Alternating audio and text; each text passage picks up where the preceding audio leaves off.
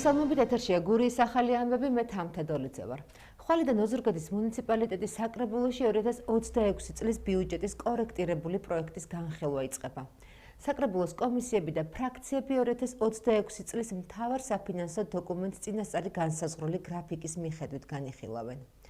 მერიის მიერ წარმოდგენილი დოკუმენტის მიხედვით ოზურგეთის მუნიციპალიტეტის 2026 წლის ბიუჯეტი 47.407.000 ლარს შეადგენს და შემდეგ პრიორიტეტულ მიმართულებებზე გადანაწილდება: ინფრასტრუქტურის განვითარება, დასუფთავება და გარემოს დაცვა, განათლება, კულტურა, ახალგაზრდობა და სპორტი, ჯანმრთელობის დაცვა და სოციალური უზრუნველყოფა, ადგილობრივი ეკონომიკური განვითარების ხელშეწყობა.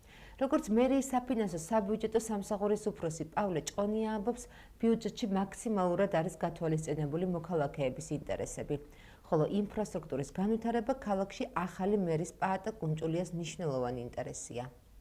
ჩვენ ვცდილობთ, რომ მაქსიმალურად, ესე იგი, ოპტიმალურად იყოს განაწილებული ეს თანხები, იმისთვის, რომ მოსახლეობის ხელმისაწვდომობის ზრდა კონკრეტულ პროგრამებზე მაქსიმალურად იყოს, ასე ვთქვათ, მოცული და ნებისმიერი, ასე ვთქვათ, მოთხოვნები, გამოწვევები, რაც არის მოსახლეობის მიმართ. ინფრასტრუქტურა არის ერთ-ერთი მთავარი მიმართულება და იქნება ჩვენი ახლა არჩეული მერიისთვის და მისი პოზიცია ბატონი პაატა კუნჭულიასთვის არის, რომ ინფრასტრუქტურის მოწესრიგება და ქალაქის იერსახის გალამაზება იქნება ერთ-ერთი პრიორიტეტი და შესაბამისად ის თანხები, რაც მაქსიმალურად მის მობილიზებაც მოხერხდება, მაქსიმალურად იქნება ჩადებული. გაცნობილია იმ სიტუაციებს, აი ქუჩაში არსებულ მდგომარეობებს, როგორც ცნობილია ჩემთვის, აი და მოკლედ მიცემული აქვს შესაბამის სამსახურებს დავალება, რომ აღნიშნული პრობლემები მაქსიმალურად ეფექტურად, რა თქმა უნდა, შესაძლებლობის ფარგლებში განხორციელდეს და ეს არის მთავარი პრიორიტეტი. ევროკავშირის საგარეო საქმეთა მინისტრების შეხვედრაზე, რომლის მთავარი თემა უკრაინის საკითხი იყო, კომენტარები გაკეთდა საქართველოსთან დაკავშირებითაც. შეხვედრის დაწყებამდე ჟურნალისტების კითხვებზე საპასუხოდ ისაუბრა ევროკავშირის გაფართოების საკითხებში ევროკომისარმა მარტა კოსმა. კოსი აცხადებს, რომ იმედი აქვს საქართველო ევროპულ გზას დაუბრუნდება. მანამდე კი ევროკავშირი გააგრძელებს სამოქალაქო საზოგადოებისა და დამოუკიდებელი მედიის მხარდაჭერას. გაკეთებულ განცხადებებს გამოხმაურება მოჰყვა მმართველ გუნდში.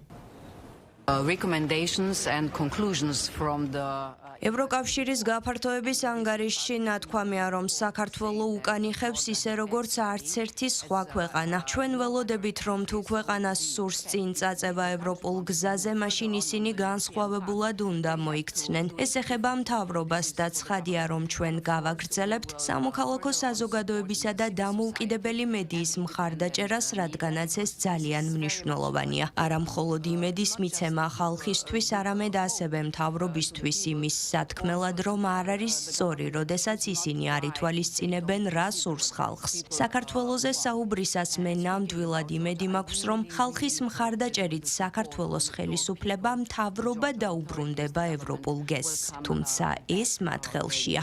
საქართველო დიდი კულტურის და ისტორიის ქვეყანაა. ჩვენ აგერ რამდენიმე დღის წინ ვიზეიმეთ ხორბლის კულტურის აღიარება იუნესკოს მხრიდან. საქართველო უკვე 35 წელია დამოუკიდებელი ქვეყანაა. და მარო მაყაშვილის და ჟიული შარტავას ქვეყანაში ურსულა ფონ დერ ლაიენის და მარტა კოსის მიერ მხარდაჭერილი კოლექტიური გიგაურები და ლომჯარიები ვერ გვასწავლიან ევროპულ ღირებულებებს, ვერც დემოკრატიას და ვერც ჩვენი ქვეყნის ეროვნული ინტერესების დაცვას. და საკუთარ ქვეყნებს მიხედონ და იმ საკუთარ პოლიტიკურ შედეგებს მიხედონ, რომლის დამსახურებითაც დღეს ევროკავშირი ესეთი კოლაფსის წინაშე აღმოჩნდა. სხვადასხვა კანონპროექტის განხილვას აგრძელებენ პარლამენტში მიმდინარე კვირას. რიგგარეშე სხდომების ფარგლებში ინიციატივების ნაწილი მესამე მოსმენით განიხილება. მათ შორის არის პოლიციის შესახებ კანონში ცვლილებები. დეპუტატები ასევე მესამე მოსმენით განიხილავენ კანონთან კონფლიქტში მყოფ არასრულწლოვანთა რეაბილიტაციისა და მხარდაჭერის შესახებ დაგეგმილ ცვლილებებს. იმშელებენ საარჩევნო კოდექსში ცვლილებებზეც.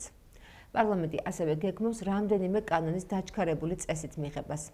რიგგარეშე სხდომების მოწვევისთვის პარლამენტის თავმჯდომარე პრეზიდენტს მიმართავს.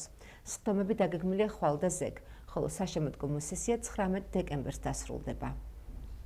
ჩვენ ვიცავთ კონსტიტუციის მოთხოვნას, რომ ყველა ადამიანს აქვს უფლება მისცეს ხმა, არჩეულ იქნეს მაგრამ ვერ დაუშვებთ იმას, რომ მოქალაქეების ნებაზე ზეწოლა ხორციელდებოდეს, როგორც მეორე სხვა მოქალაქეების მხრიდან, რაც სამარცხვინოა, ასევე ის ადმინისტრაციები კონკრეტული ქვეყნების, რომლებიც ღიად არიან შეტევაზე გადმოსული და ზოგი აქ საგარეო საქმეთა მინისტრს აგზავნის განცხადებებს აკეთებს საპირისპიროდ იმისა, რასაც ევროპული ინსტიტუტები პოზიტიურ დასკვნებს დებენ საქართველოში.